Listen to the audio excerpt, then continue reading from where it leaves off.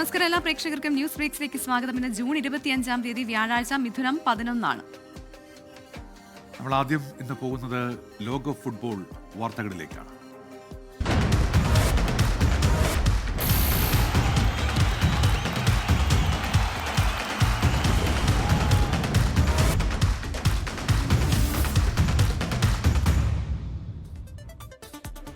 Brazil ആരാധകരെ സംബന്ധിച്ചേറെ സന്തോഷമുള്ളൊരു ദിവസം കൂടിയാണ്. ഫിഫ ലോകകപ്പിൽ മിന്നും ജയത്തോടെ Brazil നോക്കൌട്ടിലെത്തി.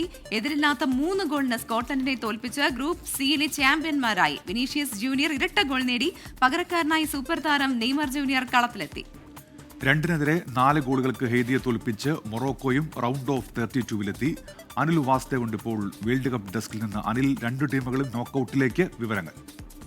Good morning Unmesh, good morning Pravitha.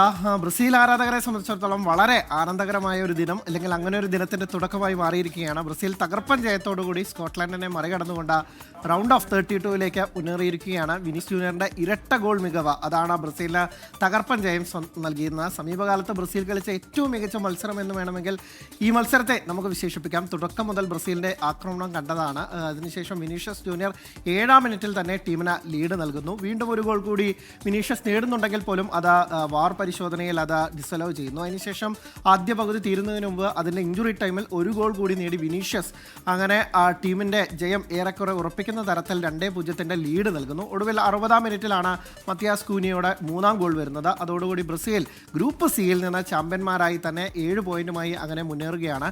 2 ജയവും ഒരു സമനിലയുമാണ് ഈ ഗ്രൂപ്പ് സിയിൽ നിന്ന് ബ്രസീലിനെ 1-ാം സ്ഥാനത്തേക്ക് എത്തിക്കാൻ കാരണമായി. മൊറോക്കോയ്ക്കും ഇത്ര തന്നെ പോയിന്റ് ഉണ്ടെങ്കിൽ പോലും ഗോൾ ശരാശരിയുടെ ബലത്തിലാണ് ഇപ്പോൾ ഗ്രൂപ്പ് ചാമ്പ്യന്മാരായി ബ്രസീൽ മാറുന്നത്. അതിൽ ഒന്നുകൂടി സന്തോഷം നൽകുന്ന കാര്യം അവരുടെ സൂപ്പർ താരം നെയ്മർ ജൂനിയർ ലോകകപ്പ് വേദിയിൽ ഇല്ലെങ്കിൽ വീണ്ടും ബ്രസീൽ കുപ്പായത്തിലേക്ക് തിരിച്ചെത്തി എന്നുള്ളത് തന്നെയാണ്.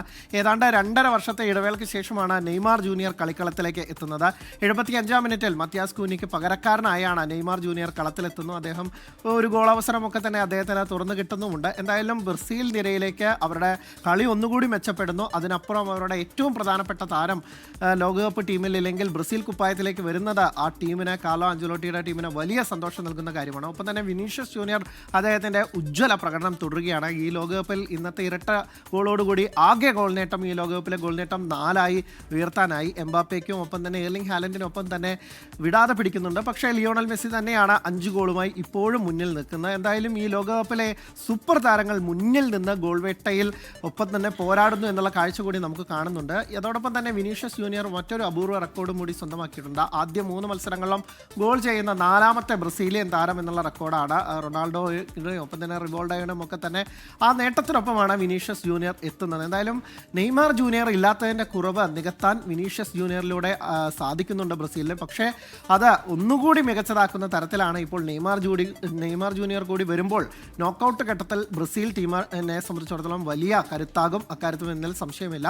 ബ്രസീൽ അവരുടെ സ്വാഭാവിക ഗെയിമിലേക്ക് വന്നുകൊണ്ടിരിക്കുന്നു. ആദ്യ മത്സരത്തിൽ മൊറോക്കോയുടെ സമനിലയും തൊട്ടടുത്ത മത്സരത്തിൽ ഹെയ്ത്തിക്കെതിരെ 3-0 ജയം നേടുമെങ്കിൽ പോലും അതിൽ ധാരാളം വിമർശനങ്ങൾ ഉയർന്നതാണ്. പക്ഷേ അവിടെ നിന്ന് ഇപ്പോൾ ബ്രസീൽ എന്താണോ ബ്രസീൽ ടീമിൽ നിന്ന് ആരാധകർ ആഗ്രഹിക്കുന്നത് ആ തരത്തിലുള്ള ഒരു കളിയാണ് ബ്രസീലിൽ നിന്ന് ഉണ്ടാവുന്നത് എന്ന് തന്നെയാണ്. എന്തായാലും അടുത്ത റൗണ്ടിൽ ബ്രസീലിന് മിന്നും പ്രകടനം തുടരുമെന്ന് തന്നെയാണ് ആരാധകർ പ്രതീക്ഷിക്കുന്നത്. ഉന്മേഷ്, പ്രവിത.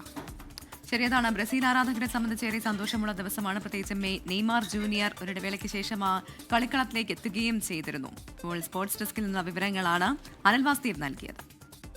മിന്നും ജയത്തോടെ ബ്രസീൽ നോക്കൌട്ടിലെത്തിയതോടെ ആരാധകരും ആവേശത്തിലാണ്. കോഴിക്കോട് പുതിയ പാലത്ത് നിന്ന് അനീഷ് ദേവസ്യ തയ്യാറാക്കിയ റിപ്പോർട്ടിലേക്കാണ്. കോഴിക്കോട് പുതിയ പാലത്തെ ബിഗ് സ്ക്രീനിന് മുന്നിലാണുള്ളത്. എതിരില്ലാത്ത 3 ഗോളുകൾക്ക് ബ്രസീൽ തങ്ങളെ കരുത്ത് തെളിയിച്ചിരിക്കുകയാണ്.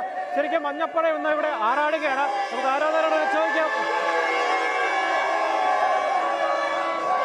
ഇന്നത്തെ കളി എങ്ങനെ കാണുന്നു?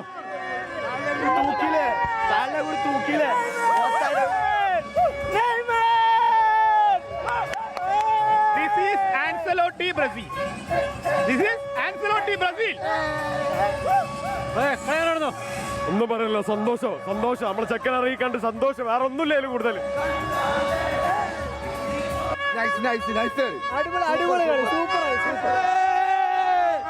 ഇന്നത്തെ കളി എങ്ങനെ കാണുന്നു? നെയ്മർ ഇറങ്ങി അതൊരു വലിയ പ്രതീക്ഷയാണോ നൽകുന്നത്? നെയ്മർ അടുത്ത കളി ജപ്പാൻ നെതർലാൻഡ്സ് ആരാണ് വന്നോട്ടെ, തൂക്കിയിരിക്കൂ. നെയ്മർ ഇറങ്ങി എങ്ങനെ കാണുന്നത് പ്രതീക്ഷയുടെ ടീമിന്?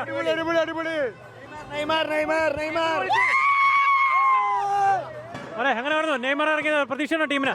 നല്ല പ്രതീക്ഷയുണ്ട്. സ്കോട്ട്ലൻഡ് അത്ര അറ്റാക്കിംഗ് അല്ലായിരുന്നു, പക്ഷേ ഗെയിം നല്ലോണം ഇമ്പ്രൂവ് ആയിട്ടുണ്ട്. നല്ല പ്രതീക്ഷയുണ്ട്.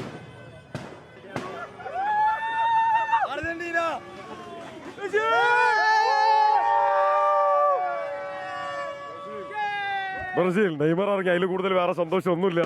ഓന് കളിക്കുന്ന കാണാൻ വേണ്ടി മാത്രമാണ് ഇങ്ങോട്ടേക്ക് വന്നത്. നെയ്മർ ഇറങ്ങി, ഹാപ്പി, കരച്ചിൽ വരാൻ എനിക്ക് അതിൽ കൂടുതലൊന്നുമില്ല. ഓനാ ജേഴ്സി കണ്ട് സന്തോഷം. ബ്രസീൽ 3 ഗോളിന്റെ തകർപ്പൻ ജയത്തോടെ ബ്രസീൽ തങ്ങളുടെ ആധിപത്യം ഈ ടൂർണമെന്റിൽ ഉറപ്പിച്ചിരിക്കുകയാണ്. വരും ദിവസങ്ങളിലും ടീം ഈ ആധിപത്യം നിലനിർത്തുന്ന പ്രതീക്ഷയിലാണ് ആരാധകരുള്ളത്. ഇങ്ങനെ വലിയ സന്തോഷത്തിലാണ് ബ്രസീൽ ആരാധകർ ലോകമെമ്പാടും. ഇനി വളരെ പ്രധാനപ്പെട്ട മറ്റു വാർത്തകൾ നോക്കാം. വീര്യം കുറഞ്ഞ മദ്യത്തിന് നികുതി കുറച്ച നടപടിയിൽ സർക്കാരിനെതിരെ വിമർശനം കടുപ്പിച്ച LDF. തീരുമാനം UDF-ന് വിട്ട മുഖ്യമന്ത്രിയുടെ നടപടി ജനങ്ങളെ വിഡ്ഢികളാക്കാനെന്ന് CPIM മുഖപത്രം ദേശാഭിമാനി. മദ്യലോബിയുമായുള്ള അവിശുദ്ധ കൂട്ടുകെട്ടിന്റെ തെളിവെന്ന് ദേശാഭിമാനി എഡിറ്റോറിയലിൽ വിമർശനവുമുയർന്നു. മുസ്ലിം ലീഗ് അഴിമതിക്ക് കുടപിടിക്കുന്നുവെന്നും എഡിറ്റോറിയലിൽ വിമർശനമുണ്ട്. തിരുവനന്തപുരത്ത് നിന്ന് അജ്മൽ ദിറാറാണ് വിശദാംശങ്ങളുമായി ചേരുന്നത്. Ajmal, good morning. ഇന്നലെ നിയമസഭയിൽ ബജറ്റ് ചർച്ചയ്ക്ക് മുഖ്യമന്ത്രി മറുപടി പറഞ്ഞിരുന്നു. UDF ഈ വിഷയം തീരുമാനിക്കുമെന്നാണ് മുഖ്യമന്ത്രി വ്യക്തമാക്കിയത്. പക്ഷേ ആ മറുപടിയിൽ തൃപ്തരല്ല LDF. എന്തുകൊണ്ട് ഈ ബജറ്റ് പ്രഖ്യാപനം പിൻവലിക്കുന്നില്ല എന്നാണ് CPIM മുഖപത്രത്തിന്റെ ചോദ്യം. എന്തൊക്കെയാണ് വിവരങ്ങൾ അജ്മൽ? Unmesh, good morning. ഈ മുഖ്യമന്ത്രിയും അതോടൊപ്പം തന്നെ ധനമന്ത്രിയുമായ വി ഡി സതീശൻ ആദ്യമായി അവതരിപ്പിച്ച ബജറ്റിൽ വീര്യം കുറഞ്ഞ മദ്യത്തിൻ്റെ നികുതി 251% നിന്നും 120% കുറച്ചത് അന്ന് മുതൽക്ക് തന്നെ പ്രതിപക്ഷം രൂക്ഷ വിമർശനത്തിന് വിധേയമാക്കിയിരുന്നു. പിന്നാലെ നിയമസഭ ചേരുകയും അവിടെ അടിയന്തര പ്രമേയം നോട്ടീസ് അവതരിപ്പിച്ച് ഈ വിഷയം സഭയിൽ ചർച്ച ചെയ്യണമെന്നടക്കം ശക്തമായ വിമർശനം ഈ വിഷയത്തിൽ ഉന്നയിച്ച് അത് സജീവമാക്കി വിവാദത്തെ നിലനിർത്തിയ പശ്ചാത്തലത്തിലാണ് ഇന്നലെ മുഖ്യമന്ത്രി ബജറ്റിന്മേലുള്ള ചർച്ചയ്ക്കുള്ള മറുപടി നിയമസഭയിൽ നൽകുന്നതിനിടയിൽ ഈ വിഷയത്തിലും മറുപടി നൽകിയത്. ഇതിപ്പോൾ UDF-ന് വിടുകയാണെന്നും അവിടെ എടുക്കുന്ന രാഷ്ട്രീയ തീരുമാനം എന്തായാലും അത് അംഗീകരിക്കുമെന്നുമായിരുന്നു മുഖ്യമന്ത്രിയുടെ മറുപടി. അതിനു പിന്നാലെയാണ് CPIM-ന്റെ മുഖപത്രമായ ദേശാഭിമാനി ഈ വിഷയത്തിൽ മുഖ്യമന്ത്രി വി ഡി സതീശനെ രൂക്ഷമായി വിമർശിച്ച് എന്ന് പറഞ്ഞാൽ ഇപ്പോഴത്തെ നിലവിലെ പ്രതിപക്ഷ നേതാവ് പിണറായി വിജയൻ കഴിഞ്ഞ ദിവസം സഭയിൽ മുഖ്യമന്ത്രിക്കെതിരെ എന്തൊക്കെ ആരോപണങ്ങളാണോ ഈ വിഷയത്തിൽ ഉയർത്തിയത് അതിൻ്റെ തുടർച്ചയെന്നോണം ശക്തമായി മുഖ്യമന്ത്രിയെ കടന്നാക്രമിച്ചുകൊണ്ടുള്ള മുഖപ്രസംഗം ഇതിൽ എഴുതിയിരിക്കുന്നത്. ഇതിൽ പ്രധാനമായി ദേശാഭിമാനിയുടെ എഡിറ്റോറിയൽ ഉന്നയിക്കുന്ന പ്രധാനപ്പെട്ട ആരോപണങ്ങളിൽ ഒന്ന് ഈ മദ്യക്കമ്പനിയുമായുള്ള വി ഡി സതീശൻ എന്ന മുഖ്യമന്ത്രിയുടെ ബന്ധമെന്നത് മുന്നണിയിലെ മറ്റു പാർട്ടികളുമായുള്ള മുഖ്യമന്ത്രിയുടെ ബന്ധത്തെക്കാളും തങ്ങൾ വോട്ട് ചെയ്ത ജനങ്ങൾക്കും സാമുദായിക സംഘടനകളോടുമുള്ള ബന്ധത്തെക്കാളും എത്രയോ വലുതാണ് എന്ന് തെളിയിക്കുന്നതാണ് മുഖ്യമന്ത്രിയുടെ ഈ വിഷയത്തിലെ നിലവിലെ നിലപാട് എന്നുള്ളതാണ്. അതോടൊപ്പം തന്നെ ജനങ്ങളുടെ കണ്ണിൽ പൊടിയിടലാണ് UDF-ലേക്ക് ഈ തീരുമാനത്തെ അയച്ചുകൊണ്ടുള്ള മുഖ്യമന്ത്രിയുടെ പ്രഖ്യാപനമെന്ന് കൂടി എഡിറ്റോറിയൽ ചൂണ്ടിക്കാട്ടുന്നുണ്ട്. എന്ന് പറഞ്ഞാൽ ഫിനാൻഷ്യൽ ബില്ല് പാസ്സായി ബജറ്റ് പാസ്സാകുന്ന ജൂലൈ 1 ശേഷം ഈ ബില്ല് ഇപ്പോൾ നിലവിൽ എങ്ങനെയാണോ നികുതി ഇളവ് നൽകിയിരിക്കുന്നത് ആ ഇളവ് നിലവിൽ വരികയും അതോടൊപ്പം തന്നെ അത് വരാത്ത സാഹചര്യമുണ്ടെങ്കിൽ നിയമപരമായി ഈ ബക്കാഡി കമ്പനിക്ക് കോടതിയിലെത്താനുള്ള ഒരു സാഹചര്യം കൂടിയാണ് മുഖ്യമന്ത്രി ഒരുക്കുന്നത്. ആ വിധത്തിൽ ഇപ്പോഴുള്ള UDF-ലേക്ക് വിട്ട നിലപാട് തീർച്ചയായും ജനങ്ങളുടെ കണ്ണിൽ പൊടിയിടലാണെന്ന് കൂടി മുഖപ്രസംഗം പറയുന്നുണ്ട്.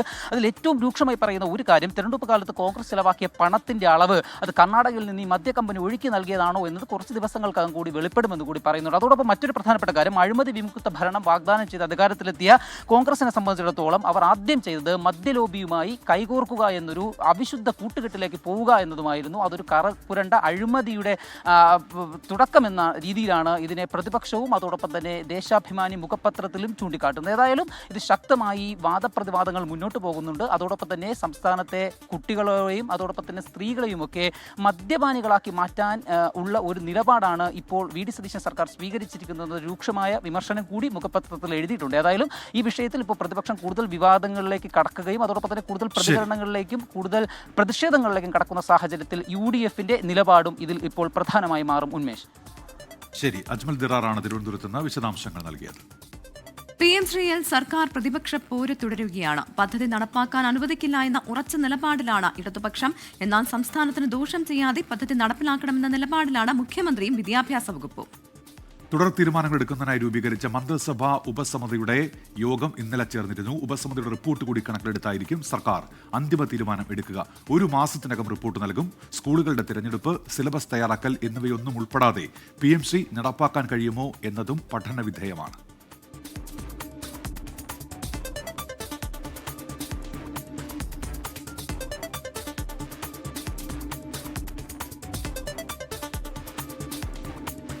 വളരെ പ്രധാനപ്പെട്ട ഒരു അന്താരാഷ്ട്ര വാർത്തയിലേക്ക്. വെനസ്വേലയിൽ വൻ ഭൂകമ്പം 7.1 തീവ്രത രേഖപ്പെടുത്തി. പ്രാദേശിക സമയം 6:15 അടുത്താണ് ഭൂകമ്പമുണ്ടായത്. തലസ്ഥാനമായ കാരക്കാസിൽ കെട്ടിടങ്ങൾ തകർന്നിട്ടുണ്ട്. യാരക്കോ പ്രവിശ്യയിൽ 13.1 കിലോമീറ്റർ താഴ്ചയിലാണ് ഭൂകമ്പത്തിന്റെ പ്രഭവ കേന്ദ്രം. തുടർച്ചയായി 2 ഭൂചലനങ്ങൾ ഉണ്ടായെന്ന റിപ്പോർട്ടുകൾ.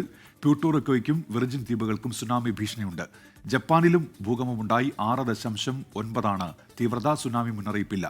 അമേരിക്കയിലെ ന്യൂജേഴ്സിയിൽ നിന്ന് മധു കൊട്ടാരക്കര ഇപ്പോൾ വിശദാംശങ്ങളുമായി ചേരുന്നുണ്ട്. മധു, ഈ ഭൂകമ്പത്തിന്റെ തീവ്രത വലുതാണ്. ഈ നാശനഷ്ടങ്ങൾ സംബന്ധിച്ച വിവരങ്ങളുണ്ടോ Madhu? Good morning. Good morning doctor Unmesh, Pravitha. നാശനഷ്ടങ്ങൾ സംബന്ധിച്ചുള്ള റിപ്പോർട്ടുകൾ വന്നുകൊണ്ടിരിക്കുന്നതേ ഉള്ളൂ. വൈകുന്നേരമാണ്, അതായത് അല്പം മണിക്കൂറുകൾക്ക് മുമ്പാണ് വെനസ്വേല നടുക്കി അതിശക്തമായ 2 ഭൂചലനങ്ങൾ, അതും ഒന്നിനു പുറകെ ഒന്നായി ഉണ്ടായത്. US ജിയോളജിക്കൽ സർവേയുടെ കണക്കുകൾ പ്രകാരം ഇതിൽ ആദ്യത്തെ ഭൂചലനത്തിന്റെ തീവ്രത റിക്ടർ സ്കെയിലിൽ 7.1 രേഖപ്പെടുത്തിയിരിക്കുന്നത്. അതുപോലെ കരീബിയൻ തീരത്തുള്ള മൊറോൺ കമ്മ്യൂണിറ്റിക്ക് പടിഞ്ഞാറാണ് ഇതിന്റെ പ്രഭവ കേന്ദ്രം എന്നുള്ള റിപ്പോർട്ടുകളും വരുന്നുണ്ട്. വെനസ്വേലയുടെ തലസ്ഥാനം കാരക്കാസിൽ നിന്ന് ഏകദേശം ഒരു 168 കിലോമീറ്ററോളം ദൂരെയാണ് ഈ ഭൂകമ്പം ഉണ്ടായത്. ഭൂമിക്കടിയിൽ 13 കിലോമീറ്റർ ആഴത്തിലാണ് ഈ ഭൂചലനം ഉണ്ടായത്. തുടർന്നുണ്ടായ ഭൂചലനങ്ങളിൽ ഈ കാരക്കാസ് നഗരത്തിൽ വലിയ നാശനഷ്ടങ്ങൾ ഉണ്ടായതായിട്ടുള്ള റിപ്പോർട്ടുകളാണ് ലഭിക്കുന്നത്. അതുപോലെ ഈ ആദ്യ ചലനത്തിന് മിനിറ്റുകൾക്ക് ശേഷം 7.5 തീവ്രതയുള്ള അതിശക്തമായിട്ടുള്ള രണ്ടാമത്തെ ഭൂചലനം ഉണ്ടായതായിട്ടും ഉള്ള റിപ്പോർട്ടുകളുണ്ട്. US സർവേ റിപ്പോർട്ട് പ്രകാരം ഇത് അതിതീവ്രമായ ഒരു ഭൂചലനമായിരുന്നു. പോർട്ടറിക്കോയിലും അതുപോലെ വെർജിൻ ഐലൻഡിലും സുനാമിയുടെ മുന്നറിയിപ്പ് നൽകിയിട്ടുണ്ട്. അതുപോലെ മൊറോണിന് തെക്ക് ആയിട്ട് ഏതാണ്ട് ഒരു 16 കിലോമീറ്റർ മാറി ഭൂമിക്കടിയിൽ ഏതാണ്ട് 10 കിലോമീറ്റർ ആഴത്തിലാണ് ഈ രണ്ടാമത്തെ ഭൂചലനത്തിന്റെ പ്രഭവ കേന്ദ്രം. കെട്ടിടങ്ങളൊക്കെ വലിയ കുലുക്കമായിരുന്നു. ഇതിനെ തുടർന്ന് ആളുകളൊക്കെ പരിഭ്രാന്തരായി പുറത്തേക്ക് ഓടുന്ന വിഷ്വൽസ് ഒക്കെ വന്നിട്ടുണ്ട്. പല കെട്ടിടങ്ങളുടെയും ഈ മതിലുകൾ പൂർണ്ണമായി തകർന്ന നിലയിലാണ്. അതുകൊണ്ട് തന്നെ ഇവയ്ക്കുള്ളിലുള്ള സാധനങ്ങളും അതുമൊക്കെ നമുക്ക് ഈ വിഷ്വൽസിൽ കാണുവാൻ പറ്റും. ഇതുപോലെ വളരെ തിരക്കേറിയ റെസ്റ്റോറന്റുകളും വ്യാപാര സ്ഥാപനങ്ങളും ഒക്കെ ഉള്ള തലസ്ഥാനമാണ് ഈ വെനസ്വേലയത്. അവിടെ 2 പ്രദേശങ്ങളിൽ പൊടിപടലങ്ങളും ഒക്കെ ഉയരുന്നതും ജനങ്ങൾ ഓടുന്നതും കാണാം. ഇവരുടെ ആഭ്യന്തര മന്ത്രി ഡിയോസ്ഡാഡോ കബെല്ലോ ഇത് സംബന്ധിച്ച് കൂടുതൽ വിവരങ്ങൾ നൽകുന്നുണ്ട്. ഈ ഭൂചലനം അത് തീവ്രത കൂടിയതാണെന്നാണ് അദ്ദേഹം പറയുന്നത്. അത് മാത്രമല്ല, അൾട്ടാമിറ മേഖലയിൽ വീടുകളും കെട്ടിടങ്ങളും തകർന്നു വീണ് ഭയാനകമായ സാഹചര്യമാണുള്ളതെന്നാണ് അദ്ദേഹം പറയുന്നത്. അതുകൊണ്ട് തന്നെ തുടർ ചലനങ്ങൾ ഉണ്ടാകാനുള്ള സാധ്യതയെ അദ്ദേഹം വിലയിരുത്തുന്നുണ്ട്. അതുകൊണ്ട് കെട്ടിടങ്ങളിൽ ഒരു കാരണവശാലും തിരികെ പ്രവേശിക്കരുത്, ജനങ്ങൾ പുറത്തു തന്നെ നിൽക്കണമെന്ന് അദ്ദേഹം അഭ്യർത്ഥിച്ചിട്ടുണ്ട്. അതേസമയം അങ്ങ് വടക്കൻ ജപ്പാന്റെ തീരത്തും ശക്തമായ ഭൂചലനം കഴിഞ്ഞ മണിക്കൂറുകൾ രേഖപ്പെടുത്തിയിട്ടുണ്ട്. 6.9 തീവ്രതയാണ് രേഖപ്പെടുത്തിയിരിക്കുന്നത്. ജപ്പാൻ കാലാവസ്ഥാ ഏജൻസിയുടെ റിപ്പോർട്ട് പ്രകാരം രാവിലെ 7:00 ഇവാറ്റെ പ്രിഫെക്ചർ എന്ന് പറയുന്ന സ്ഥലത്ത് ആ തീരത്താണ് ഈ ഭൂകമ്പം അനുഭവപ്പെട്ടത്. ഭൂമിക്കടിയിൽ ഏകദേശം 50 കിലോമീറ്റർ ആഴത്തിലാണ് ജപ്പാനിലെ ഈ ഭൂചലനത്തിന്റെ പ്രഭവ കേന്ദ്രം. ഉന്മേഷ്, പ്രവിത. ശരി, അതാണ് വലിയ ഭൂകമ്പമാണ് ഉണ്ടായിരിക്കുന്നത്. നിരവധി കെട്ടിടങ്ങൾ തകർന്നിട്ടുണ്ട്. നാശനഷ്ടങ്ങൾ എത്രത്തോളം ഉണ്ടെന്ന് അറിവായി വരുന്നതേ ഉള്ളൂ എന്നുള്ള വിവരമാണ് ഇപ്പോൾ മധു കൊട്ടാരക്കര നൽകിയത്. VD സതീശൻ ഇന്ന് മുഖ്യമന്ത്രിയുടെ ഔദ്യോഗിക വസതിയായ ക്ലിഫ് ഹൗസിലേക്ക് താമസം മാറ്റുകയാണ്. അധികാരമേറ്റ് 1 മാസം കഴിഞ്ഞിട്ടും പ്രതിപക്ഷ നേതാവിന്റെ ഔദ്യോഗിക വസതിയായ കന്റോൺമെന്റ് ഹൗസിലായിരുന്നു മുഖ്യമന്ത്രിയുടെ താമസം.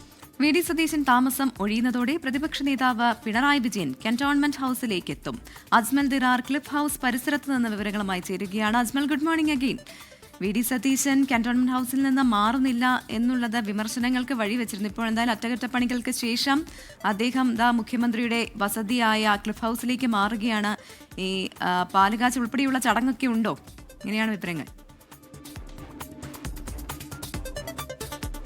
പ്രഭിത, ഇന്നിപ്പോൾ മുഖ്യമന്ത്രി ആയി അധികാരമേറ്റ് VD സതീശൻ ഏകദേശം 1 മാസം കഴിഞ്ഞിരിക്കുകയാണ്. എന്നിട്ടും തൻ്റെ ഔദ്യോഗിക വസതിയായ ക്ലിഫ് ഹൗസിലേക്ക് അദ്ദേഹം മാറാതെ തൻ്റെ പ്രതിപക്ഷ നേതൃസ്ഥാനത്തുണ്ടായിരുന്ന സമയത്ത് തനിക്ക് അനുവദിക്കപ്പെട്ട ഔദ്യോഗിക വസതിയായ കണ്ടോൺമെൻറ്റ് ഹൗസിൽ തന്നെ തുടരുന്ന ഒരു അസാധാരണ സാഹചര്യം നിലവിലുണ്ടായിരുന്നു. എന്നാൽ ഇന്ന് രാവിലെ 6 മണിയോടുകൂടി വളരെ ലളിതമായ ചടങ്ങുകളോടെ ഈ ക്ലിഫ് ഹൗസിലേക്കുള്ള ഗൃഹപ്രവേശ ചടങ്ങുകൾ അദ്ദേഹം നിശ്ചയിച്ചിട്ടുണ്ടായിരുന്നു. പക്ഷേ ഇതുവരെയും അദ്ദേഹം ക്ലിഫ് ഹൗസിലേക്ക് എത്തിയിട്ടില്ല.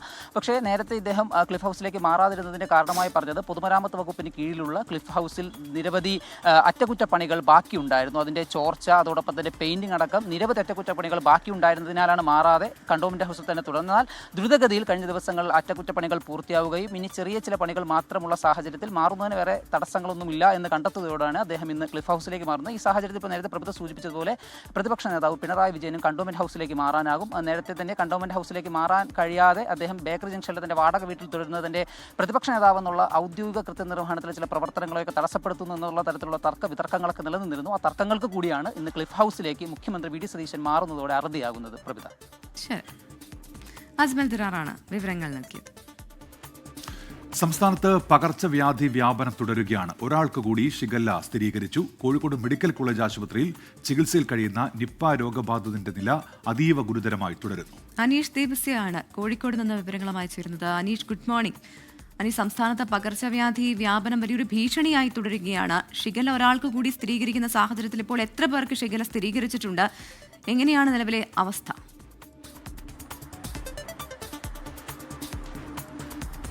Pravitha, Unmesh, good morning. ഈ നിപ്പ ബാധിതൻ കോഴിക്കോട് മെഡിക്കൽ കോളേജ് ആശുപത്രിയിൽ ചികിത്സയിൽ തുടരുകയാണ്. ഇപ്പോഴും അദ്ദേഹത്തിന്റെ ആരോഗ്യനിലയിൽ യാതൊരു പുരോഗതിയില്ല. ഇപ്പോഴും അദ്ദേഹം വെന്റിലേറ്ററിന്റെ സഹായത്തോടെയാണ് ശ്വസിക്കുന്നത്. ഇക്കഴിഞ്ഞ 10-ാം തീയതിയാണ് അദ്ദേഹത്തെ കോഴിക്കോട് മെഡിക്കൽ കോളേജ് ആശുപത്രിയിൽ പ്രവേശിപ്പിച്ചിരിക്കുന്നത്. അതേസമയം പുതിയ നിപ്പ കേസുകളോ സമ്പർക്ക പട്ടികയിൽ പുതിയ ആളുകളോ ഉൾപ്പെട്ടിട്ടില്ല. അതിനാൽ തന്നെ ആശങ്കപ്പെടേണ്ട ഒരു സാഹചര്യം ഇല്ല എന്നാണ് മനസ്സിലാക്കുന്നത്. സമ്പർക്ക പട്ടികയിൽ ഇപ്പോൾ 93 പേരാണ് ഉള്ളത്. ഇതിൽ 4 പേർ ഹയസ്റ്റ് റിസ്കിലും 14 പേർ ഹൈ റിസ്കിലും 75 പേർ ലോ റിസ്കിലുമാണ് ഉള്ളത്. ഈ കഴിഞ്ഞ ദിവസം ഈ സമ്പർക്ക പട്ടികയിൽ നിന്ന് 11 പേരെ ഒഴിവാക്കിയിരുന്നു. രോഗലക്ഷണങ്ങൾ കാണാത്തതിനെ തുടർന്നാണ് അവരെ 11 പേരെയും കഴിഞ്ഞ ദിവസം ഒഴിവാക്കിയിരുന്നത്. നിലവിൽ ഈ 93 പേരും ഹോം ക്വാറന്റൈനാണുള്ളത്. ഈ കൺട്രോൾ റൂമിൽ നിന്ന് ദിവസേന 2 പ്രാവശ്യം വിളിച്ച് ഇവരുടെ വിവരങ്ങൾ ശേഖരിക്കുന്നുണ്ട്. അതേസമയം ഈ നിപ്പയുടെ ഉറവിടം ഇതുവരെ കണ്ടെത്താൻ കഴിയാത്തത് ആരോഗ്യവകുപ്പിന് വലിയ ആശങ്ക സൃഷ്ടിക്കുന്നുണ്ട്. അതേസമയം ഈ രോഗവ്യാപനം ഇല്ലാത്തതിൽ വലിയ ഒരു ആശ്വാസവും ഇതോടൊപ്പം തന്നെ ഉണ്ട്. അതേസമയം ഈ സംസ്ഥാനത്ത് ആശങ്കയുയർത്തി ഷിഗല്ല രോഗബാധ വ്യാപിക്കുകയാണ്. ഇന്നലെ സംസ്ഥാനത്ത് ഒരാൾക്ക് കൂടി ഷിഗല്ല രോഗം സ്ഥിരീകരിച്ചിട്ടുണ്ട്. ഇത് ഈ പുതിയ കേസുകൾ റിപ്പോർട്ട് ചെയ്തതോടെ ഈ വർഷം ആകെ സംസ്ഥാനത്ത് 242 പേർക്കാണ് ഷിഗല്ല രോഗബാധ സ്ഥിരീകരിച്ചിരിക്കുന്നത്. ഈ ജൂണിലാണ് ഏറ്റവും കൂടുതൽ ഈ രോഗബാധ വർദ്ധിച്ചിരിക്കുന്നത്. ഈ ജൂണിൽ മാത്രം 166 പേർക്കാണ് ഷിഗല്ല സ്ഥിരീകരിച്ചിരിക്കുന്നത്. ഇതിൽ ഏറ്റവും കൂടുതൽ ഷിഗല്ല രോഗം സ്ഥിരീകരിച്ചിരിക്കുന്നത് കോഴിക്കോട് ജില്ലയിലാണ്. ജില്ലയിൽ 58 പേർക്ക് ഇതുവരെ ഷിഗല്ല രോഗം സ്ഥിരീകരിച്ചിട്ടുണ്ട്. പ്രവിത, ഉന്മേഷ്. അനീഷ് ദേവസ്യാണ് കോഴിക്കോട് നിന്ന് വാർത്തയുടെ വിശദാംശങ്ങൾ നൽകിയത്. അഹമ്മദാബാദ് വിമാനത്താവളത്തിൽ എയർ ഇന്ത്യ ഇൻഡിഗോ വിമാനങ്ങൾ ടാക്സി വേയിൽ നേർക്കുനേരെത്തി. എയർ ഇന്ത്യ വിമാനം തെറ്റായി തിരിഞ്ഞതിനെ തുടർന്നാണ് സംഭവമുണ്ടായത്. വൻ അപകടമാണ് ഒഴിവായത്. ബൽറാം നെടുങ്ങാടിയാണ് ഡൽഹിയിൽ നിന്ന് വിശദാംശങ്ങളുമായി ചേരുന്നത്. Balram, good morning. എന്തൊക്കെയാണ് വിശദാംശങ്ങൾ വാർത്തയുടെ? Very good morning Unmesh, Pravitha. Ahmedabad വിമാനത്താവളത്തിൽ കഴിഞ്ഞ ദിവസം ഒഴിവായത് വൻ അപകടമാണ്. ഇതുമായി ബന്ധപ്പെട്ട എയർ ഇന്ത്യയുടെ ഇൻഡിഗോ വിമാനം ടാക്സി വേയിലേക്ക് ടാക്സി ചെയ്യാൻ പോകുന്നതിനിടെയാണ് 2 വിമാനങ്ങൾ, എയർ ഇന്ത്യയുടെ വിമാനവും ഒപ്പം തന്നെ ഇൻഡിഗോ വിമാനവും നേർക്കുനേർ വരുന്ന സാഹചര്യം ഉണ്ടായത്. ഇത് അല്പസമയം വിമാനത്താവളത്തിൽ വലിയ ആശങ്ക പടർത്തിയിരുന്നു. എയർ ഇന്ത്യ വിമാനം തെറ്റായി തിരിഞ്ഞതിനെ തുടർന്നാണ് ഇത്തരത്തിലൊരു അപകട സാഹചര്യം ഉണ്ടായത്. മുംബൈയിലേക്ക് പോകുന്ന ഇൻഡിഗോ വിമാനം പറന്നുയരുന്നതിന് വേണ്ടി തയ്യാറെടുത്ത് ടാക്സി വേയിൽ നിൽക്കുന്ന ഘട്ടത്തിലാണ് എയർ ഇന്ത്യ വിമാനം തെറ്റായി തിരിഞ്ഞ് ആ വിമാനത്തിന്റെ നേർക്കുനേർ വരുന്ന സാഹചര്യം ഉണ്ടായത്. തുടർന്ന് അപകട സാഹചര്യം മനസ്സിലാക്കി 2 വിമാനങ്ങളും ഉചിതമായ സമയത്ത് ഇടപെടൽ നടത്തുകയും തുടർന്ന് സുരക്ഷിതമായി ആയ അകലത്തിൽ 2 വിമാനങ്ങളും നിർത്താൻ കഴിഞ്ഞതായുമാണ് ഇൻഡിഗോ അറിയിച്ചിരിക്കുന്നത്. 200 മീറ്റർ അകലത്തിലാണ് 2 വിമാനങ്ങളും നിർത്താൻ കഴിഞ്ഞത്. എന്തായാലും വലിയ അപകടമാണ് ഉണ്ടായത്. അല്പസമയം ആശങ്ക പടർത്തിയെങ്കിലും അത് മറ്റ് അപകടങ്ങളോ മറ്റ് പ്രശ്നങ്ങളോ ഒന്നും തന്നെ ഉണ്ടായില്ല എന്നുമാണ് കമ്പനി അറിയിച്ചിരിക്കുന്നത്. ഉന്മേഷ്, പ്രവിത. ഇറാൻ അമേരിക്ക 2ാം വട്ട സമാധാന ചർച്ച ഈ മാസം 29-30 തീയതികളിൽ സ്വിറ്റ്സർലൻഡിൽ നടക്കുമെന്ന് US state secretary Marco Rubio വ്യക്തമാക്കി. ചർച്ചയിൽ ഉന്നത നേതാക്കൾ പങ്കെടുക്കില്ല. നയതന്ത്ര പ്രതിനിധികളായിരിക്കും ചർച്ചയിൽ ഉണ്ടാകുക എന്നാണ് റൂബിയോ അറിയിച്ചത്. അന്തിമ കരാറിൽ ഹോർമുസ് കടലിടുക്കിൽ ടോൾ ഉണ്ടാകില്ലെന്നും വ്യക്തമാക്കുന്നുണ്ട്. മധു കൊട്ടാരക്കര ചേരുന്നുണ്ട് ഇപ്പോൾ അമേരിക്കയിൽ നിന്ന്. മധു, ഗുഡ് മോർണിംഗ് എഗെയിൻ. ഈ ചർച്ച അതിന്റെ അടുത്ത ഘട്ടത്തിലേക്ക് കടക്കുന്നു. എങ്ങനെയായിരിക്കും ഇത് മുന്നോട്ട് പോവുക മധു? ഉന്മേഷ്, രണ്ടാം ഘട്ട ചർച്ച അത് സാങ്കേതിക തല ചർച്ചകളായിരിക്കും നടക്കുന്നത്. ഈ മാസം 30-ന് അത് ആരംഭിക്കുമെന്ന് US state secretary Marco Rubio ആണ് പറഞ്ഞത്. അദ്ദേഹം ഇപ്പോൾ അറബ് രാജ്യങ്ങൾ സന്ദർശിച്ചുകൊണ്ടിരിക്കുകയാണ്. വിവിധ വിഷയങ്ങളിലെ വിദഗ്ധർ പങ്കെടുക്കുന്ന വർക്കിംഗ് ഗ്രൂപ്പുകളായിരിക്കും ഈ ചർച്ചകൾക്ക് നേതൃത്വം നൽകുക. അതായത് അതിൽ സ്റ്റേറ്റ് ഡിപ്പാർട്ട്മെന്റിന്റെയും അതുപോലെ ആണവോർജം, ഉപരോധങ്ങൾ തുടങ്ങിയ വിഷയങ്ങളിലെ വിദഗ്ധർ ഉൾപ്പെടും. ഇതുപോലെ US ഡിപ്പാർട്ട്മെന്റ് ഓഫ് എനർജി അവിടുത്തെ വിദഗ്ധരും ഈ ചർച്ചകളിൽ പങ്കെടുക്കുന്നതായിരിക്കും. ഇതോടൊപ്പം ആണവ നിരീക്ഷണ സംഘത്തെ എത്രയും വേഗം ഇറാനിൽ പ്രവേശിപ്പിക്കുവാൻ അനുവദിക്കണമെന്നും US സ്റ്റേറ്റ് സെക്രട്ടറി ആവശ്യപ്പെട്ടിട്ടുണ്ട്. ഇത് ഇറാൻ നൽകിയ ഉറപ്പാണെന്ന് അദ്ദേഹം പറയുന്നു. ആ വാക്ക് പാലിക്കുമെന്നുള്ള പ്രതീക്ഷയിലാണ് അമേരിക്കയെന്നും അദ്ദേഹം പറയുന്നു. അതുമാത്രമല്ല, ഈ ചർച്ചകളിൽ ഗൾഫ് സഖ്യകക്ഷികളുടെ സുരക്ഷയ്ക്ക് യാതൊരുവിധ കോട്ടവും വരുത്തില്ലെന്ന് മാർക്കോ റൂബിയോ ഇവരുമായിട്ട് സംസാരിക്കുമ്പോൾ പറഞ്ഞിട്ടുണ്ടായിരുന്നു. US നൽകുന്ന സുരക്ഷാ ഉറപ്പുകളിൽ ആർക്കും ഒരു സംശയവും വേണ്ടെന്നാണ് ഈ ഗൾഫ് രാജ്യങ്ങളോട് മാർക്കോ റൂബിയോ പറഞ്ഞത്. അത് മാത്രമല്ല, അദ്ദേഹം ഈ ഇറാനുമായിട്ടുള്ള യുദ്ധത്തിൽ അവർ നൽകിയ പിന്തുണയ്ക്ക് നന്ദി അറിയിക്കുന്നതിനാണ് ഈ സന്ദർശനം നടത്തിയതെന്നാണ് അദ്ദേഹം പറഞ്ഞത്. അത് മാത്രമല്ല, ഈ ഗൾഫ് സഖ്യകക്ഷികളുമായിട്ട് കൂടിയാലോചന നടത്തിയിട്ടായിരിക്കും ഈ മേഖലയിലെ ഭാവി പരിപാടികൾ തീരുമാനിക്കുന്നതെന്നും മാർക്കോ റൂബിയോ ഇന്ന് പ്രധാനമായിട്ടും കുവൈറ്റിലെ മാധ്യമപ്രവർത്തകരോടാണ് സംസാരിച്ചത്. പ്രത്യേകിച്ച് അവർക്ക് വലിയ ആശങ്കയാണ് ഇറാന്റെ മിസൈൽ പ്രോഗ്രാം. ഈ വിഷയങ്ങളിലും ഗൾഫ് രാജ്യങ്ങളെ പങ്കാളികളായിട്ട് ചർച്ചയിൽ കൊണ്ടുപോകുമെന്നാണ് മാർക്കോ റൂബിയോ ഉറപ്പ് നൽകിയിരിക്കുന്നത്. പ്രവിത, ഉന്മേഷ്. ശരിയതാണ്. മധു കൊട്ടാരക്കരയാണ് വിശദമായ വിവരങ്ങൾ നൽകിയത്. ഇറാൻ ഫുട്ബോൾ ടീമിന് ഏർപ്പെടുത്തിയിരുന്ന കർശനമായ യാത്രാ നിയന്ത്രണങ്ങളിൽ ഇളവ്. അവസാന ഗ്രൂപ്പ് മത്സരത്തിനായി 2 ദിവസം മുൻപ് അമേരിക്കയിൽ പ്രവേശിക്കാൻ ഇറാൻ ടീമിന് അനുമതി നൽകി. മത്സരത്തിന്റെ തൊട്ടുതലേന്ന് മാത്രം അമേരിക്കയിലെത്തിയാൽ മതി. ലോകകപ്പിൽ ആദ്യ 2 മത്സരങ്ങൾക്ക് ഇതായിരുന്നു ഇറാനുള്ള നിർദ്ദേശം.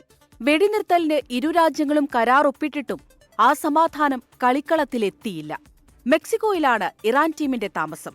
മത്സരത്തിന്റെ തലേ ദിവസം അമേരിക്കയിലെത്തും. മത്സരം കഴിഞ്ഞയുടൻ വിശ്രമിക്കാൻ പോലും സമയം ലഭിക്കാതെ തിരികെ പോവുകയും വേണം. ആദ്യ 2 മത്സരത്തിലും ഇത് തുടർന്നു.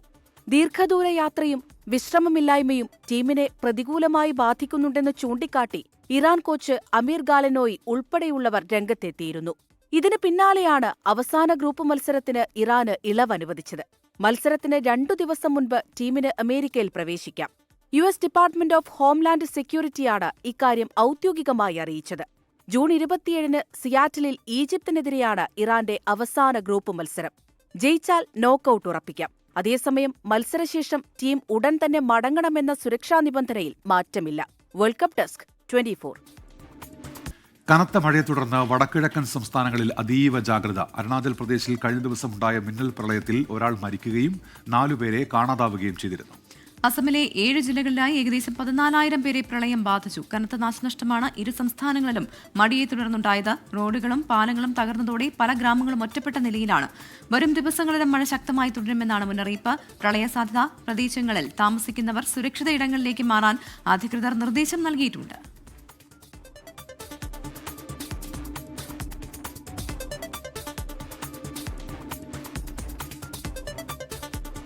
ഇപ്പോൾ വരുന്നൊരു വാർത്തയിലേക്കാണ്. കോഴിക്കോട് താമരശ്ശേരിയിൽ സ്കൂളിൽ വ്യാജമദ്യം കൊണ്ടുവന്ന 10ാം ക്ലാസ്സുകാരൻ പിടിയിൽ.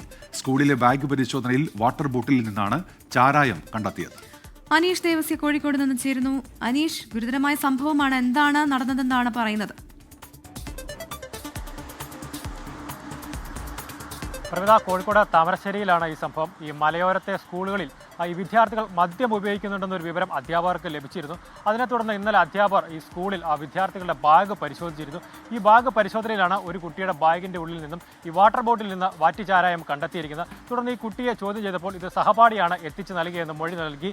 തുടർന്ന് അധ്യാപകർ താമരശ്ശേരി പോലീസിൽ പരാതി നൽകിയായിരുന്നു. ഈ താമരശ്ശേരി പോലീസ് ഈ മദ്യം നൽകിയെന്ന് ആരോപിക്കുന്ന ഈ കുട്ടിയെ ചോദ്യം ചെയ്തപ്പോൾ ഈ തൻ്റെ വീട്ടിൽ, അതായത് ഈ രണ്ടാൻ അച്ഛൻ വീട്ടിൽ വാറ്റ് ചെയ്യാറുണ്ടെന്നും അതുപോലെ സഹായത്തിന് തന്നെ വിളിക്കുന്നുണ്ടെന്നും കുട്ടി മൊഴി നൽകി. തുടർന്ന് ഈ പോലീസ് ഈ കുട്ടിയുടെ വീട്ടിൽ പരിശോധന നടത്തി. ഈ പരിശോധനയിൽ വീടിന് സമീപത്ത് ഒരു ചാക്കിൽ കെട്ടിവെച്ച നിലയിൽ 28 കുപ്പി വാറ്റുചാരായം കണ്ടെത്തി. അതായത് 56 കുപ്പി ചാരായം കണ്ടെത്തിയിട്ടുണ്ട്. അതായത് 28 ലിറ്റർ ചാരായം ഈ വീട്ടിൽ നിന്ന് കണ്ടെത്തിയിട്ടുണ്ട്. ഈ കുട്ടിയുടെ അച്ഛൻ ഇപ്പോൾ നിലവിൽ ഒളിവിലാണ്. നിലവിൽ ഈ 2 വിദ്യാർത്ഥികളെ പോലീസ് ഇപ്പോൾ കസ്റ്റഡിയിൽ എടുത്തിട്ടുണ്ട്. പ്രവിത.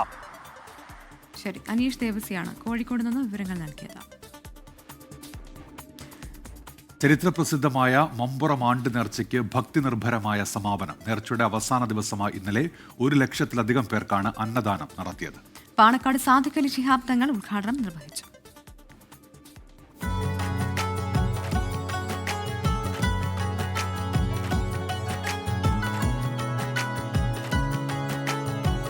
തിരൂരങ്ങാടിക്കടുത്ത മമ്പുറം മഖാമിൽ നടക്കുന്ന പ്രസിദ്ധമായ ആത്മീയ സംഗമമാണ് മമ്പുറം ആണ്ട് നേർച്ച. മമ്പുറം തങ്ങളുടെ അമ്മാവനും ഗുരുനാഥനുമായിരുന്ന സയ്യിദ് ഹസൻ ജിഫ്രി തങ്ങളുടെ പേരിലായിരുന്നു ആദ്യകാലങ്ങളിൽ ഇവിടെ ആണ്ടുനേർച്ചകൾ നടത്തിയിരുന്നത്. പിന്നീട് സയ്യിദ് അലവി തങ്ങളുടെ വിയോഗശേഷം മകൻ സയ്യിദ് ഫസൽ തങ്ങളാണ് അദ്ദേഹത്തിന്റെ സ്മരണാർത്ഥം ഇന്നത്തെ രീതിയിലുള്ള ആണ്ടുനേർച്ചയ്ക്ക് തുടക്കമിട്ടത്. എല്ലാ വർഷവും മുഹറം മാസം 1 മുതൽ 7 വരെയാണ് ആണ്ടുനേർച്ച നടക്കാറുള്ളത്. ജാതിമത ഭേദമന്യേ ആയിരക്കണക്കിന് ആളുകളാണ് ഈ ആത്മീയ സദസ്സിൽ പങ്കെടുക്കാനായി മമ്പുറത്ത് എത്തിച്ചേരുന്നത്. അറബി മാസത്തിലെ ആദ്യത്തെ മാസം മുഹറം. ആ മുഹറം 1 മുതൽ 7 ദിവസങ്ങളിലായിട്ടാണ് നേർച്ച സംഘടിപ്പിക്കാറുള്ളത്. അദ്ദേഹത്തെ വന്ന് സമീപിക്കാൻ ജാതി മതഭേദമന്യേ എല്ലാ ജാതിയിൽപ്പെട്ട എല്ലാ മതത്തിൽപ്പെട്ട സ്ത്രീകളും പുരുഷന്മാരും എല്ലാം വന്ന് അവരുടെ പ്രശ്നങ്ങളും പ്രയാസങ്ങളും ഒക്കെ ഇവിടെ വന്ന് പറയും. അങ്ങനെ അവർക്ക് പരിഹാരം ഉണ്ടാവും. അദ്ദേഹത്തിൻ്റെ മരണത്തിന് ശേഷവും അതേ പാത തുടരുകയാണ്. ഈ നേർച്ചയുടെ ഏറ്റവും ശ്രദ്ധേയമായ ഒരു പരിപാടിയാണ് അന്നദാനം എന്നുള്ളത്. ആ അന്നദാനത്തിന് ലക്ഷക്കണക്കിന് ആളുകൾ വരും. ആണ്ടുനേർച്ചയുടെ അവസാന ദിവസമായ ഇന്നലെ 1,00,000-ലധികം പേർക്കാണ് അന്നദാനം നടത്തിയത്. പാണക്കാട് സാദിഖ് അലി ശിഹാബ് തങ്ങൾ ഉദ്ഘാടനം നിർവഹിച്ചു. 1000-ലധികം വിദ്യാർത്ഥികൾ ചേർന്നാണ് നെയ്ച്ചോർ ലോറികളിൽ മമ്പുറത്തെത്തിച്ചത്. ഉച്ചയ്ക്ക് നടന്ന ഖത്മുൽ ഖുർആൻ പ്രാർത്ഥനാ സദസ്സോടെ 188ാമത് നേർച്ചയ്ക്ക് സമാപനമായി. 24 തിരൂർ. കാലവർഷം എത്തിയിട്ടും മഴ ലഭിക്കാത്തതിനാൽ ഇടുക്കിയിലെ ഏലം കൃഷി പ്രതിസന്ധിയിലാണ്. ജൂലൈ മാസത്തോടെ അടുത്ത വിളവെടുപ്പാകുമ്പോൾ ഉൽപാദനം പകുതിയിലധികം കുറഞ്ഞു. ജൂൺ തുടക്കത്തിൽ തന്നെ കാലവർഷം എത്തിയെങ്കിലും കാലാവസ്ഥ പ്രതീക്ഷിച്ച രീതിയിലല്ല. ഒരു ദിവസം ലഭിക്കുന്ന മഴയിൽ താപനില 20 ഡിഗ്രിയിൽ താഴെയാവുകയും തൊട്ടടുത്ത ദിവസം കനത്ത വെയിൽ അനുഭവപ്പെടുകയും ചെയ്യുന്നതാണ് നിലവിലെ പ്രതിസന്ധിക്ക് കാരണം. വളങ്ങളും കീടനാശിനികളും പ്രയോഗിച്ചിട്ടും ചെടികളിൽ പുതിയ കായകൾ പിടിക്കുന്നില്ല. ഇപ്പോൾ പൂവുണ്ടായി നല്ല കായായിട്ട് വരേണ്ട സമയമാണ്. അപ്പോൾ ഈ സമയത്ത് ഇതുപോലെ വെയിലുണ്ടായി കഴിഞ്ഞാൽ ഈ പൂ ഇരിക്കുന്നത് മുഴുവൻ വെറുതെ വേസ്റ്റായിട്ട് അത് മഞ്ഞപ്പിഞ്ചായിട്ട് പൊഴിഞ്ഞ് പൊയ്ക്കൊണ്ടിരിക്കും. അങ്ങനെ വരുമ്പോൾ നമുക്ക് ഈ വർഷത്തെ ആദായം വിളവെന്ന് പറയുന്നത് സാധാരണ ഉള്ളതിൻ്റെ പകുതിയായിട്ട് വിളവ് കുറയും. നനച്ചു കൊടുത്തില്ലെങ്കിൽ ചെടി വീണു അവസ്ഥയിലാണ്. അതുപോലെ ചൂട് പോവാം. നനച്ചു കൊടുത്തില്ല ഈ ചരം മുഴുവൻ ഒരുമാതിരി വല്ലാണ്ടായി പോവുള്ളൂ, അതും പോവും. അതുപോലെ തന്നെ തൈച്ചെടി ഇട്ടേക്കുന്നത്, ഈ തൈച്ചെടി ഇട്ടേക്കുന്നതിന് ഇതിൻ്റെയൊക്കെ ചിമ്പ് മരത്തിൽ ഈ തട്ട സൈസ് അവിടെ നിന്ന് ഉണങ്ങിപ്പോ. കാലാവസ്ഥാ വകുപ്പിന്റെ കണക്കനുസരിച്ച് ജൂൺ 23 വരെ ഇടുക്കി ജില്ലയിൽ 46% മഴയുടെ കുറവാണ് രേഖപ്പെടുത്തിയിരിക്കുന്നത്. ഈ കാലയളവിൽ സാധാരണ ലഭിക്കേണ്ടത് 543 മില്ലിമീറ്റർ മഴയാണ്. എന്നാൽ ഇത്തവണ 292 മില്ലിമീറ്റർ മഴ മാത്രമാണ് ലഭിച്ചത്. മഴ പ്രതീക്ഷിച്ച് പല കർഷകരും പുതിയ ഏലച്ചെടികൾ നട്ടിരുന്നു. എന്നാൽ വെയിൽ തെളിഞ്ഞതോടെ ഇതെല്ലാം വാടിത്തുടങ്ങി. ഇനി മഴ പെയ്താൽ തന്നെ കായകൾ ഉണ്ടാകുന്നതിനും വിളവെടുപ്പിനും താമസമുണ്ടാകും. 24 ഇടുക്കി. അയോധ്യ രാമക്ഷേത്രത്തിലെ സംഭാവനാ ക്രമക്കേടിൽ ക്ഷേത്ര ട്രസ്റ്റിലെ അംഗങ്ങൾക്കടക്കം 17 പേരെ അന്വേഷണ സംഘം പ്രതികളാക്കിയെന്ന് റിപ്പോർട്ടുകൾ. കൂടുതൽ അന്വേഷണത്തിനായി പ്രത്യേക അന്വേഷണ സംഘം വീണ്ടും അയോധ്യയിലെത്തി. VHP ഉപാധ്യക്ഷനും ട്രസ്റ്റ് ജനറൽ സെക്രട്ടറിയുമായ ചമ്പത് റായിക്കെതിരെ അന്വേഷണ സംഘം കേസെടുത്തേക്കും. ബൽറാം നെടുങ്ങാടിയാണ് ഡൽഹിയിൽ നിന്ന് ചേർന്നത്. ബൽറാം, BHPയെ സംബന്ധിച്ച് വലിയ നാണക്കേടുണ്ടാക്കുന്ന ഒരു സംഭവം കൂടിയാണിത്. അയോധ്യ ക്ഷേത്ര നിർമ്മാണത്തിനായിട്ടൊക്കെ വലിയ രീതിയിലുള്ള മുറവിളി കൂട്ടിയ ഒരു സംഘം കൂടിയാണ് VHP. അവിടെയാണ് ഇപ്പോൾ ഉപാധ്യക്ഷനും ട്രസ്റ്റ് ജനറൽ സെക്രട്ടറിയുമായ ചമ്പത് റായിക്കെതിരെ അന്വേഷണ സംഘം കേസെടുക്കും എന്ന് പറയുന്നത്. എന്ത് സാഹചര്യത്തിലാണ് ഇത്തരത്തിൽ കേസെടുക്കാൻ ഇടയാക്കുന്നത്? ഒപ്പം തന്നെ അന്വേഷണ സംഘത്തിന്റെ അന്വേഷണം അത് എവിടെ എത്തി നിൽക്കുന്നു?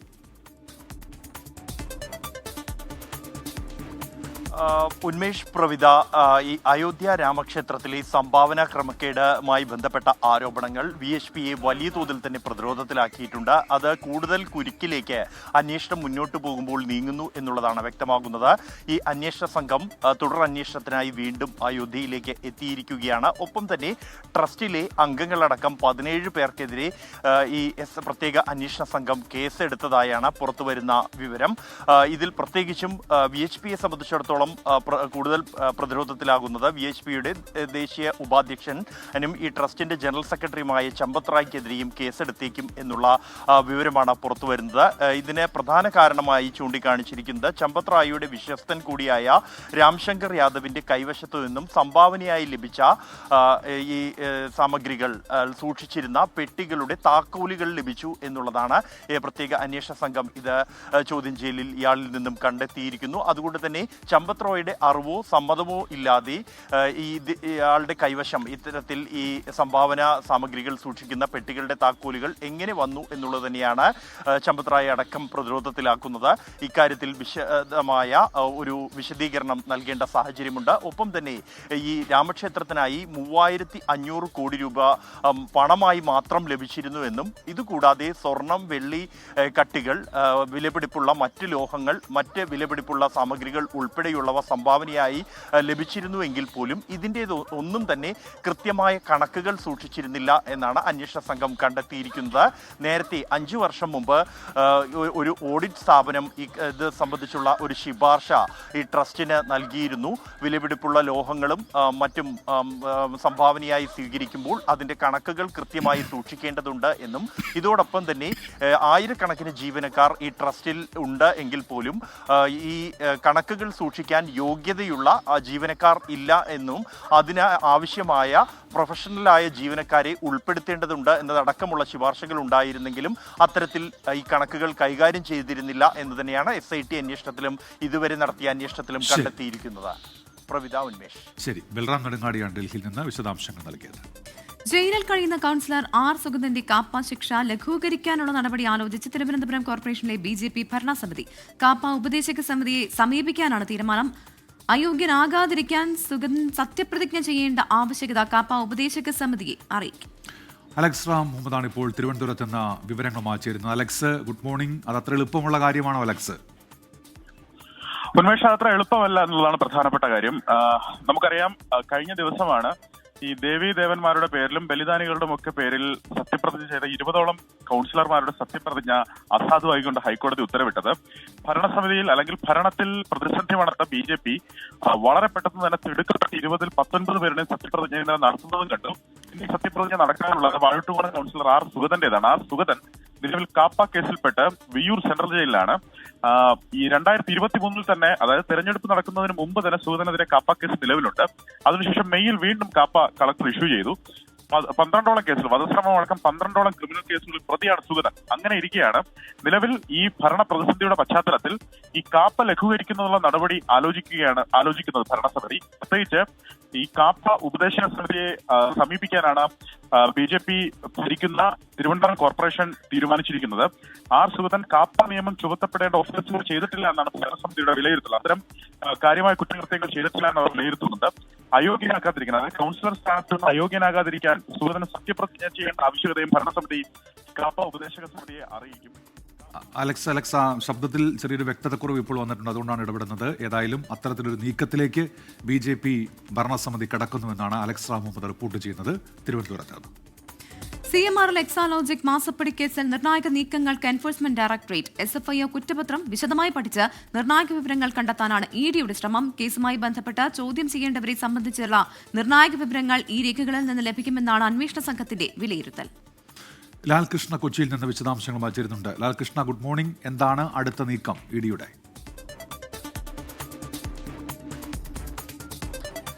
ഈ കേസുമായി ബന്ധപ്പെട്ടുകൊണ്ട് ഏറ്റവും നിർണായകമായ കണ്ടെത്തലുകൾ ആദ്യഘട്ടത്തിൽ തന്നെ നടത്തിയ ഒരു ഏജൻസി എന്ന് പറയുന്നത് SFIO ആണ്. അതുകൊണ്ട് തന്നെയാണ് SFIOയുടെ രേഖകൾ ആധികാരികമായി ED തുണയ്ക്കും എന്ന പ്രതീക്ഷ എൻഫോഴ്സ്മെന്റ് ഡയറക്ടറേറ്റിനുള്ളത്. ഇതിന്റെ ഭാഗമായിട്ടാണ് അന്വേഷണം നടക്കുന്ന ഘട്ടത്തിന്റെ ആദ്യഘട്ടം മുതൽ തന്നെ ഈ രേഖകൾ ആവശ്യപ്പെട്ടുകൊണ്ടുള്ള പ്രധാന നീക്കത്തിന് എൻഫോഴ്സ്മെന്റ് ഡയറക്ടറേറ്റ് നീങ്ങിയത്. അത്തരത്തിൽ 134 രേഖകളാണ് നിലവിൽ എൻഫോഴ്സ്മെന്റ് ഡയറക്ടറേറ്റിന് ലഭിച്ചിട്ടുള്ളത്. ഇത് ഈ കേസിന്റെ കുറ്റപത്രവുമായി ബന്ധപ്പെട്ടുകൊണ്ടുള്ള രേഖകളാണ് എന്നുള്ളതാണ് ഏറ്റവും പ്രധാനം. ആ രേഖകളിൽ നിന്ന് CMRLുമായിട്ട് ബന്ധപ്പെട്ടുകൊണ്ടുള്ള ഇടപാടുകൾ സംബന്ധിച്ച പ്രധാന വിവരങ്ങൾ ഉള്ളടക്കത്തിൽ ഉണ്ട് എന്നുള്ളത് തന്നെയാണ് നിലവിൽ അറിയാൻ സാധിച്ചിട്ടുള്ളത്.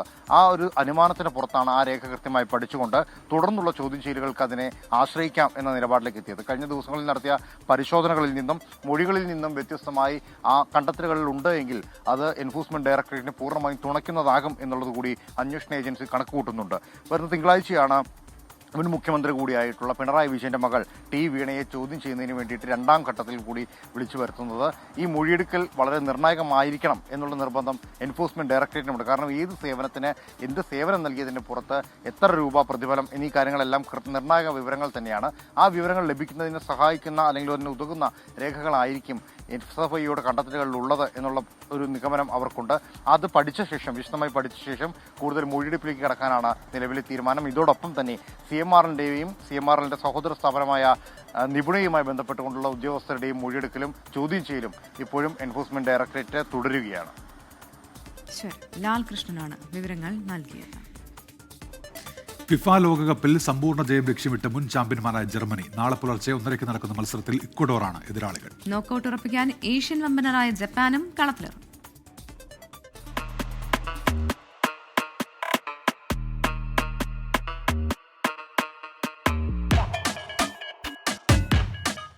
ഗ്രൂപ്പ് ഇയിൽ പുലർച്ചെ 1:30 നടക്കുന്ന മത്സരങ്ങളിൽ ജർമ്മനിക്ക് ഇക്വഡോറും ഐവറി കോസ്റ്റിന് ക്യുറസാവോയുമാണ് എതിരാളികൾ. ഗ്രൂപ്പിൽ ജർമ്മനി നോക്കൌട്ട് ഉറപ്പിച്ചു കഴിഞ്ഞു. മുന്നോട്ടു പോകാൻ ഇക്വഡോറിന് ജയിച്ചേ തീരൂ. ക്യുറസാവോയുടെ തോൽക്കാതിരുന്നാൽ പോലും ഐവറി കോസ്റ്റിന് നോക്കൌട്ട് സാധ്യതകളുണ്ട്. ആദ്യ മത്സരത്തിൽ നെതർലൻഡ്സിനെ സമനിലയിൽ തളച്ചാണ് ജപ്പാന്റെ തുടക്കം. രണ്ടാം മത്സരത്തിൽ ടുണീഷ്യ തകർത്തെറിഞ്ഞത് എതിരില്ലാത്ത 4 ഗോളിന്.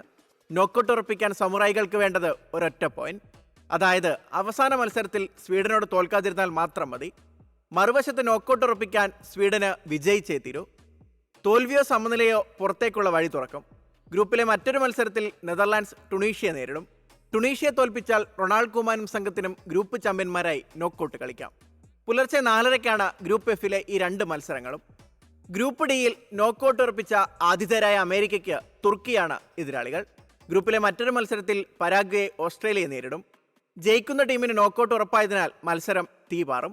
2 മത്സരവും രാവിലെ 6:30. World cup desk 24. ഇപ്പോൾ മുഖ്യമന്ത്രി വി ഡി സതീശൻ കന്റോൺമെന്റ് ഹൗസിൽ നിന്ന് പുറപ്പെട്ടിട്ടുണ്ട്. ക്ലിഫ് ഹൗസിലേക്ക് എത്തിയിട്ടുണ്ടെന്നാണ് മനസ്സിലാക്കുന്നത്. അതിന്റെ തത്സമയ ദൃശ്യങ്ങളാണ് പ്രേക്ഷകർ കാണുന്നത്. അദ്ദേഹം അധികാരമേറ്റ 1 മാസത്തിന് ശേഷമാണ് അദ്ദേഹം ക്ലിഫ് ഹൗസിലേക്ക് താമസം മാറുന്നത്. ഇത് വലിയ ചർച്ചകൾക്കൊക്കെ വഴിവെച്ചൊരു സംഭവം കൂടിയാണ്. ക്ലിഫ് ഹൗസിന്റെ അറ്റകുറ്റപ്പണികളൊക്കെ പൂർത്തിയാക്കിയതിനു ശേഷമാണ് അദ്ദേഹം ഇപ്പോൾ ക്ലിഫ് ഹൗസിലേക്ക് മാറുന്നത്. അതോടെ കന്റോൺമെന്റ് ഹൗസ് ഒഴിയുകയാണ്. അവിടേക്ക് ഉടൻ തന്നെ അറ്റകുറ്റപ്പണികൾക്ക് ശേഷം ഇപ്പോഴത്തെ പ്രതിപക്ഷ നേതാവായ ശ്രീ പിണറായി വിജയൻ മാറും എന്നുമാണ് നമ്മൾ പ്രതീക്ഷിക്കുന്ന. 6 മണിയോടെയാണ് അദ്ദേഹം ക്ലിഫ് ഹൗസിലേക്ക് താമസം മാറുമെന്ന് അറിയിച്ചിരുന്നെങ്കിലും അല്പം വൈകിട്ടുണ്ട്. ഇപ്പോൾ 7 മണി ആകാറായിട്ടുണ്ട്. ഇപ്പോൾ അദ്ദേഹം ക്ലിഫ് ഹൗസിലേക്ക് എത്തുന്നതിന്റെ ദൃശ്യങ്ങളാണ് പ്രേക്ഷകർ കാണുന്നത്. അജ്മൽ ദിറാറാണ് വിവരങ്ങളുമായി ചേരുന്നത്. അജ്മൽ, പറയും. പ്രഭിത, പ്രതിപക്ഷ നേതാവായി ചുമതലയേറ്റതിനു പിന്നാലെ വി ഡി സതീശൻ കഴിഞ്ഞ 5 വർഷം താമസിച്ചിരുന്ന ഔദ്യോഗിക വസതിയായ കണ്ടോൺമെന്റ് ഹൗസിൽ നിന്നാണ് ഇപ്പോൾ അദ്ദേഹം മുഖ്യമന്ത്രിയുടെ ഔദ്യോഗിക വസതിയായ ക്ലിഫ് ഹൗസിലേക്ക് താമസം മാറിയിരിക്കുന്നത്. ഞാനിപ്പോൾ നിൽക്കുന്നത് ക്ലിഫ് ഹൗസിലേക്ക് പ്രവേശിക്കുന്ന 200 മീറ്റർ അകലെയുള്ള വഴിയിലാണ്. നമുക്ക് ഇവിടെ വരെ മാത്രമാണ് മാധ്യമങ്ങൾക്കടക്കം പ്രവേശനമുള്ളത്. വി ഡി സതീശനെ സംബന്ധിച്ചിടത്തോളം അദ്ദേഹം തൻ്റെ മുന്നണിയെ 100 സീറ്റിലധികം നേടിയ അധികാരത്തിൽ ഇല്ലാത്ത പക്ഷം അദ്ദേഹം വനവാസത്തിൽ പോകുമെന്നൊക്കെ ഒരു പ്രഖ്യാപനം നടത്തിയിരുന്നാൽ ഏറ്റവും അഭിമാനകരമെന്ന അദ്ദേഹത്തെ സംബന്ധിച്ചിടത്തോളം അഭിമാനകരമായ നിമിഷം എന്നത് ഇപ്പോൾ കണ്ടോൺമെന്റ് ഹൗസിൽ നിന്നും അദ്ദേഹം മാറുന്നത് ക്ലിഫ് ഹൗസിലേക്കാണ് എന്നുള്ളതാണ്.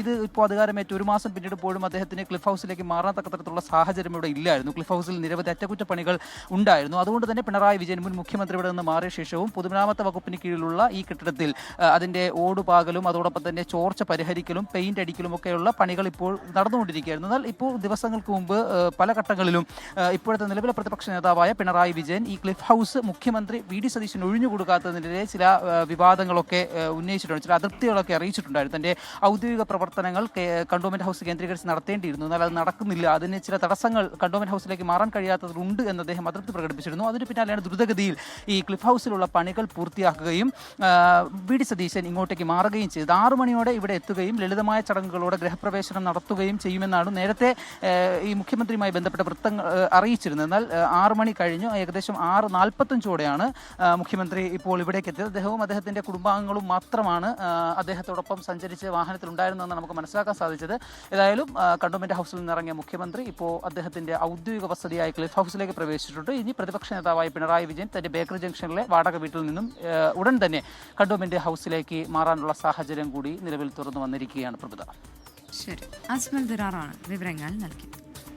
പാലക്കാട് മേലാർക്കോട് പഞ്ചായത്തിലെ ചീനാമ്പുഴ തോട്ടിങ്കൽ നിവാസികളുടെ യാത്രാ ദുരിതത്തിന് ഇനിയും പരിഹാരമായിട്ടില്ല.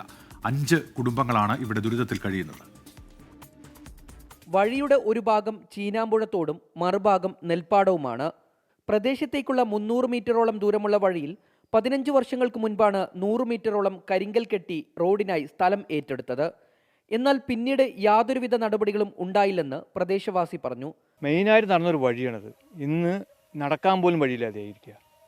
ഇന്ന് വரைക്കും സൈക്കിൾ പോലും വാങ്ങാൻ പറ്റിയിട്ടില്ല ഞങ്ങൾക്ക്. ഇതിൻ്റെ മുൻപ് 2 പ്രാവശ്യം ഇങ്ങനെ നമ്മുടെ MLA വന്ന് നോക്കിയിട്ട് പോയി. ഒരു വിവരവുമില്ല. വാർഡ് മെമ്പറോട് കാണുമ്പോൾ അവരോട് പറയുന്നുണ്ട്. അവരും വന്ന് നോക്കും, പോകും. മനസ്സിലായില്ല. എന്താ കാരണം ഏതാ കാരണം നമുക്കൊന്നും അറിയില്ല. 200 മീറ്ററോളം ദൂരം തോടിന്റെ ബണ്ടിലൂടെ വേണം യാത്ര ചെയ്യാൻ. പ്രദേശത്തുള്ള ആരെങ്കിലും മരിച്ചാൽ മൃതദേഹം കൊണ്ടുപോകാനോ അത്യാസന്ന നിലയിലുള്ള രോഗിയെ ആശുപത്രിയിലേക്ക് മാറ്റുന്നതിനും ഏറെ ബുദ്ധിമുട്ടാണ്. ഇതിങ്ങനെ തന്നെയാണ്. നമ്മൾ പല പ്രാവശ്യവും MLAക്കും മറ്റുള്ളവർക്കും എല്ലാവർക്കും നമ്മൾ പരാതികളും കാര്യങ്ങളും കൊടുത്തിട്ടുള്ളതാണ്. പക്ഷേ ഇതുവരെ ചെയ്തു തരാമെന്ന് പറയലാണ്ട് ഇതുവരെ ചെയ്തു തന്നിട്ടില്ല. ഇപ്പം മരിച്ചു കഴിഞ്ഞാൽ തന്നെ മരിപ്പ് കൊണ്ടുപോകാൻ വരെ ഭയങ്കര ബുദ്ധിമുട്ടാണ്. ഇപ്പം മരിപ്പ് വന്നാലും ഇപ്പം ആരും വരുന്നില്ല കാണാനും. ഇതിൽ കൂടെ വരാൻ വഴിയില്ല എന്ന് പറയുന്നതിൻ്റെ. കനത്ത മഴയിൽ റോഡിലൂടെയുള്ള വെള്ളത്തിന്റെ ഒഴുക്ക് കൂടിയാൽ ബണ്ട് പൊട്ടും. പിന്നീട് വെള്ളത്തിന് മുകളിലൂടെ ഏറെ സാഹസികമായി വേണം നടന്നുപോകാൻ. വിദ്യാർത്ഥികളും ഏറെ ബുദ്ധിമുട്ടിയാണ് ഇതുവഴി നടന്ന് സ്കൂളിലെത്തുന്നത്. മുൻ MLAയും പഞ്ചായത്ത് അധികൃതരും പലതവണ സ്ഥലം സന്ദർശിച്ചു ദുരിതം മനസ്സിലാക്കിയെങ്കിലും തുടർ നടപടിയുണ്ടായില്ല. ഷാരിഖ് നവാസ്, 24 പാലക്കാട്. എറണാകുളം കോതമംഗലം പിണ്ടിമനയിൽ ജനവാസ മേഖലയിൽ പതിവായി പ്രശ്നമുണ്ടാക്കുന്ന കാട്ടാനയെ ഇന്ന് മയക്ക് വെടിവെച്ച് പിടികൂടും. ആനയ്ക്ക് ആരോഗ്യ പ്രശ്നങ്ങളുണ്ടെന്നാണ് വനംവകുപ്പിന്റെ വിലയിരുത്തൽ. ലാൽ കൃഷ്ണ കൊച്ചിയിൽ നിന്ന് ചേരുന്നു. ലാൽ, എങ്ങനെയായിരിക്കും നടപടി? എപ്പോഴായിരിക്കും ഈ കാട്ടാനെ പിടികൂടാനുള്ള നടപടികൾ തുടങ്ങുക? Good morning Pravitha. ഈ ആനയെ കണ്ടെത്തുക എന്നുള്ളതാണ് ഇതിൻ്റെ ഏറ്റവും പ്രധാനപ്പെട്ട കാര്യമെന്ന് പറയുന്നത്. കഴിഞ്ഞ 3 ആഴ്ചയായി ജനവാസ മേഖലയിൽ ഇറങ്ങുന്ന ആനയാണ്. അത് ഒരിടത്ത് നിൽക്കുന്നില്ല, പലയിടങ്ങളിലായിട്ട് നടക്കുകയാണ്. നേരത്തെ പറഞ്ഞ പോലെ കുളങ്ങാട്ടുകുഴി, മുത്തംകുഴി ഭാഗങ്ങളിലൂടെ എല്ലാം കറങ്ങുന്ന ഒരു ആനയാണ്. വടക്കൻ ഭാഗം അടക്കമുള്ള മേഖലകളിലേക്ക്, അതായത് കിലോമീറ്ററുകൾ താണ്ടി അപ്പുറത്തോട്ട് പോലും ഈ ആനയുടെ സാന്നിധ്യം കാണുന്നുണ്ട്. ആനയുടെ വായിൽ, അത് 20 വയസ്സ് പ്രായമുള്ള ഒരു മോഴ ആനയാണ് എന്നുള്ളതാണ് നിലവിൽ വനംവകുപ്പ് കണ്ടെത്തിയിട്ടുള്ളത്. ആനയുടെ വായിക്ക് കാര്യമായിട്ട് എന്തോ പരിക്ക് പറ്റിയിട്ടുണ്ട്. അതുകൊണ്ട് തന്നെ വലിയ രീതിയിലുള്ള ഭക്ഷണം കഴിക്കാൻ കഴിയാത്ത ആന ചക്കപ്പഴം അടക്കമുള്ള ആഹാരം തേടിയാണ് ജനവാസ മേഖലയിലേക്ക് എത്തുന്നത് എന്നുള്ളതാണ് വനംവകുപ്പ് വിലയിരുത്തിയിട്ടുള്ളത്. ഇന്ന് അനുകൂലമായ സാഹചര്യമാണെങ്കിൽ, അതായത് മഴ മാറി നിൽക്കുകയും അതോടൊപ്പം തന്നെ മറ്റ് സാഹചര്യങ്ങൾ ആനയെ കണ്ടെത്താൻ സാധിക്കുക, വെടിവെക്കാൻ ഉതകുന്ന രീതിയിലുള്ള സ്ഥലത്ത് കണ്ടെത്തുക എന്നീ കാര്യങ്ങൾ സാധ്യമാവുകയാണ് എങ്കിൽ അതിനടക്കമുള്ള നടപടികളിലേക്ക് കടക്കാമെന്നുള്ളതാണ്. ഇതുമായി ബന്ധപ്പെട്ടുകൊണ്ട് റേഡിയോ കോളർ അടക്കമുള്ള സംവിധാനങ്ങൾ ഇന്നലെ തന്നെ തിരുവനന്തപുരത്ത് നിന്ന് എത്തിച്ചിട്ടുണ്ട്. ആനയെ നിരീക്ഷിക്കുന്നതിന് വേണ്ടിയിട്ട് പ്രത്യേക സംഘത്തെയും ഇതിനോടൊപ്പം തന്നെ നിയോഗിച്ചിട്ടുണ്ട്. പക്ഷേ ആനയെ പിടികൂടി കോടനാടുള്ള ആന പരിപാലന കേന്ദ്രത്തിലേക്ക് മാറ്റണം എന്നുള്ളതാണ് ജനങ്ങളുടെ പ്രധാനപ്പെട്ട ആവശ്യം. അതിന് കാരണമെന്ന് പറയുന്നത്, ഈ ജനവാസ മേഖലയിൽ ഇറങ്ങുന്ന ആന രാപ്പകൽ ഭേദമില്ലാതെ ആളുകളെ വിരട്ടി ഓടിക്കുന്ന ഒരു സ്ഥിതിയുണ്ട്. അതിന് പരിഹാരം എന്നോണം തൊട്ടടുത്ത് തന്നെയുള്ള കോടനാട്ടിലേക്ക് മാറ്റണം എന്ന ആവശ്യം ഉന്നയിക്കുന്നുണ്ട്. പക്ഷേ കുങ്കിയാനകൾ എത്തിക്കുക എന്നുള്ളത് അപ്രായോഗികമാണ് എന്നുള്ളത് വനം വകുപ്പ് അറിയിച്ചിട്ടുണ്ട്. നാട്ടുകാരുടെ നിരന്തര ആവശ്യം ശ്രദ്ധയിൽപ്പെട്ടതിനെ തുടർന്ന് ഇന്നലെ വൈകിട്ടോടുകൂടി വനം വകുപ്പിന്റെ മന്ത്രി തന്നെ നിർദ്ദേശം നൽകിയ പശ്ചാത്തലത്തിലാണ് ആനയെ മയക്കുവെടി വെച്ച് റേഡിയോ കോളർ ഘടിപ്പിക്കാമെന്ന തീരുമാനത്തിലേക്ക് എത്തിയിരിക്കുന്നത്. ശരി, ലാൽകൃഷ്ണയാണ് എറണാകുളത്ത് കൊച്ചിയിൽ നിന്ന് വിശദാംശങ്ങൾ നൽകിയത്. ഇതോടെ ന്യൂസ് ബ്രേക്സിന്റെ സമയം പൂർണ്ണമാകുന്നു.